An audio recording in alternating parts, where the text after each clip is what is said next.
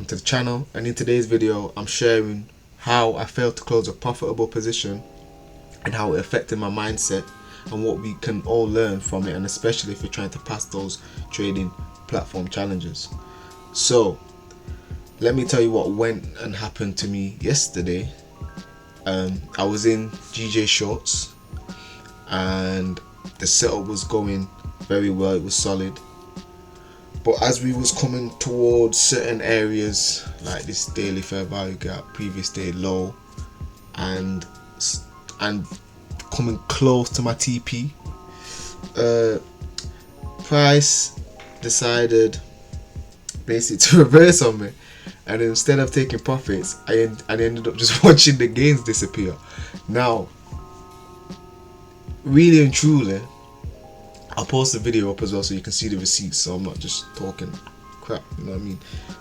Really and truly, if that was like your live account, which with my live account I did close the position because I was like, well, I'm up £300 for the day, it doesn't make sense. Once I could see a little bit of rejection, I closed it. I don't know why I didn't do the same for the challenge, but I just think it's one of them things where you're so focused on passing the challenge, these type of things can happen. Now I don't know if anyone else is in the same boat, if it's happened to them, but this is it the first? Yeah, this is for 4% to be up 3.8%, and literally I ended up -1, and I was just like, I was sat there confused, like, did I really just let that happen? But yeah, and I just feel like when it comes to these prop firm challenges, the goal is to pass it, don't get me wrong, but also you kind of have to separate yourself from how you trade with these challenges and how you trade with your live account, because like I said, I closed when I seen £300, I closed it. I was like, you know what, yeah, that's good for me. I'm not even trying to risk it, but for some reason you risked it with the prop firm. So yeah, I just wanted to make a quick video basically on how how it just changes with the psychology when it's a challenge. It's weird, but that's what I'm saying. Like, the worst part, it wasn't even a loss, it was how it affected, like, this could affect your confidence. Like, if you've not got good strong foundations, these are the type of things that would send you on tilt and revenge trade. And now you might, I don't think you would change your edge, but you definitely might do something stupid. I was potentially due to do stuff like, before I know for a fact I would have just like doubled down or just done like, even like probably tried to enter this here, but I read price, I said, you know what, it is what it is, walk away. There'll be another opportunity tomorrow, because I understand my edge, and I know there's been times where I haven't traded and I wait and I get a trade and it plays out. It don't play out, it is what it is. So yeah, I just wanted to quickly just basically, it's just what happened to me, my experience, and if anyone's going through it, don't get down or anything. It happens, and you just have to definitely not make it happen again. I will not be anyhow. That, listen, stop loss is going, anyhow I see any funny movement and we're close to my TP like that, stop loss is going like here, gain, like, and the market will just have to get me out, like, because I might be struggling a bit, and it's like you can't win, because it's like you do if you do and you don't if you don't. Because if that's what I was thinking when it was here, I'm like, if I close it and the price does go, I'm gonna be even fuming, just because now I'm gonna have to find another setup. And that sounds dumb, because I just said I know I can find another setups, but I'm just like, this setup can pass the challenge. So why I don't want to trade, I didn't really want to be trading this week. It's NFP week, my target were close to targets. Like, I already missed out on this position because my setup, it was there, but it was on a different time frame. Like, so it's not there if it's not on the same time frame. It's not there, so it weren't there. Like, I'm already annoyed. You know what I mean? And now but now I'm in a worse position because I still need to make 4%, whereas 1% or £200 was way easier to get than to get 4%. So yeah, so what can we get from this? What have I learned from this? Like, I do stick to my plan, and to be honest, I didn't even have a plan for this. So I say I stuck to my plan.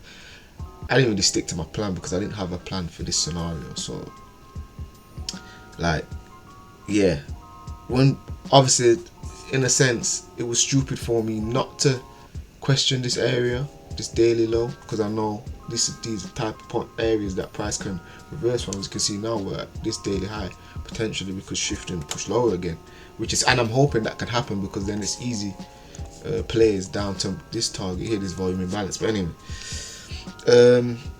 emotions. I wouldn't. Would I say I had any emotions towards it?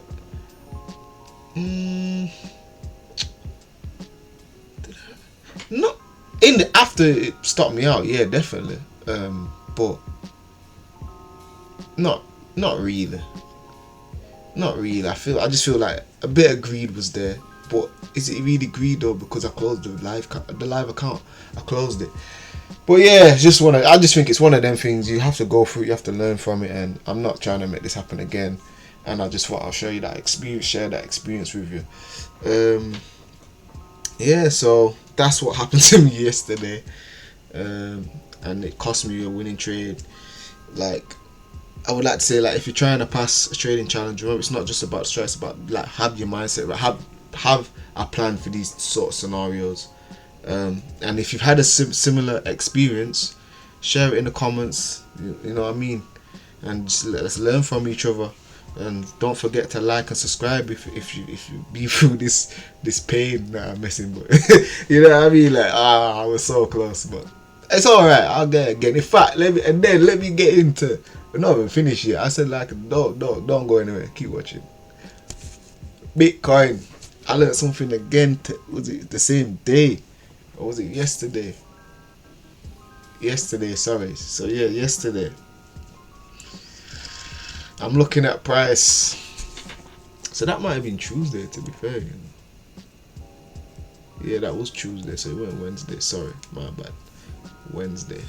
So we get into Wednesday yesterday. Oh my goodness. This one I'm not that bothered about, just because I feel like now, because I've had this experience, I can learn from it. This is what it's about. Like, as good you can be, decent, you've got your edge, you trade, you get some winners, whatever. But it's when you're losing or when you're missing out. This is when the gains come from. Like, my whole gains now, like the growth, has come because of failing. It's become because I'm a challenge that failed. It's come because I learn from experience and learn from bad things that happened. Or like, one major thing was, why is price going in my direction but I'm not profitable? Journaling. But anyway, I digress. The thing that I was trying to say, and the point that I was trying to bring across now, is I was looking at Bitcoin. I've been shouting Bitcoin 100k. If you check my everyone has, to be fair, it's not nothing crazy. Like, everyone knows more time it's gonna get there. It's simple, it's easy. In my head, this is easy money, this is easy trading, because we've got a target, we're most likely gonna get there. So I've been an advocate to see Bitcoin at 100k. Anyway, so we've had a shift, we've had whatever, we're here now, boom. I remember looking at it and I'm saying, alright, cool.